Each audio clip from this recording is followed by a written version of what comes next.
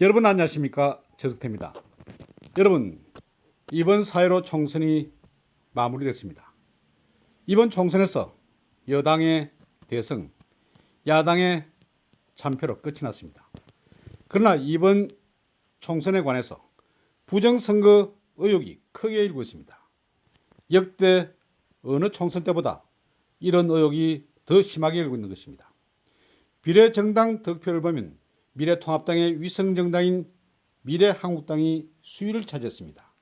득표율 33.84%. 그래서 의석수도 19석, 그리고 더불어시민당은 17석을 얻었습니다. 이어서 정의당이 5석이었습니다. 이번 선거는 사전투표에 관한 말들이 많은 그런 선거였습니다.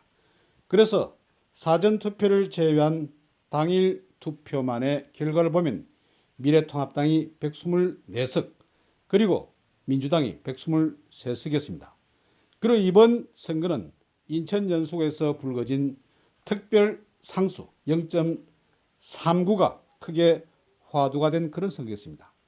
그리고 관외 사전투표에서도 모두 18명의 미래통합당 후보 가운데 2명씩 9쌍이 똑같은 그런 득표수를 얻었습니다. 정말 특이한 그런 상황입니다. 그래서 아까 말씀드린 것처럼 사전투표를 제한 당일 투표만의 결과를 보면 미래통합당이 1등인 것입니다. 이것은 비례정당 득표율과도 거의 균형을 이루는 그런 상황입니다. 무려 이런 선거구가 40군데나 있었습니다. 당일에서 이기고 사전투표에서 진 미래통합당 후보가 모두 40명에 이른다는 것입니다. 서울 강동갑 이수희 후보 당일에서 크게 이겼습니다. 그런데 사전투표에서 더 지는 바람에 낙선됐습니다. 민경욱 의원도 마찬가지입니다. 당일에서는 이겼습니다마는 사전투표에서 졌습니다.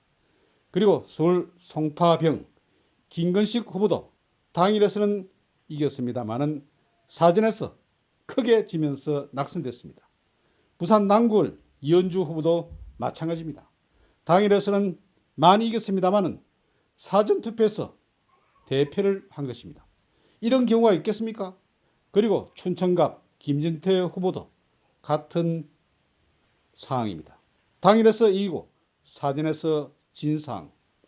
그리고 여당의 거물이라고 할 수 있는 김두관과 맞섰던 나동현 후보 양산입니다. 여기도 당일 투표에서는 모두 이겼습니다. 그런데 사전투표에서 지는 바람에 낙선을 하고 말았습니다. 여러분 좀 이상하지 않습니까? 특히 이런 경향은 정부 여당에 대해서 강력한 목소리를 내는 야당 후보들이 그런 경향이 더욱 짙습니다. 이에 따라서 유튜브인 가세인에서는 이번 총선 특히 사전투표에 관한 여러 가지 정밀한 자료를 수집해서 이 문제를 따지려 하고 있습니다. 그런데 우군이라 생각했던 조선일보 또 동아일보 이런 언론 매체에서 오히려 이 문제에 대해서 갯질을 걸고 있습니다. 가세인에서는 아주 정밀한 자료로 이에 맞서고 있습니다.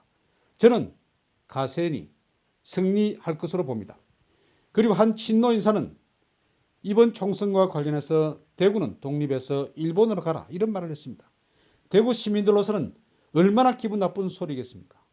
저는 이번 총선 특히 사전투표에 있어서 문제가 많이 있다고 그렇게 생각하고 있습니다. 이번 총선에 여러 가지 문제점, 비리, 잘못된 것은 바로 잡아야 합니다. 그래야 우리 대한민국이 자유민주주의 국가가 되는 것입니다. 여러분 경청해 주셔서 대단히 고맙습니다. 안녕히 계십시오.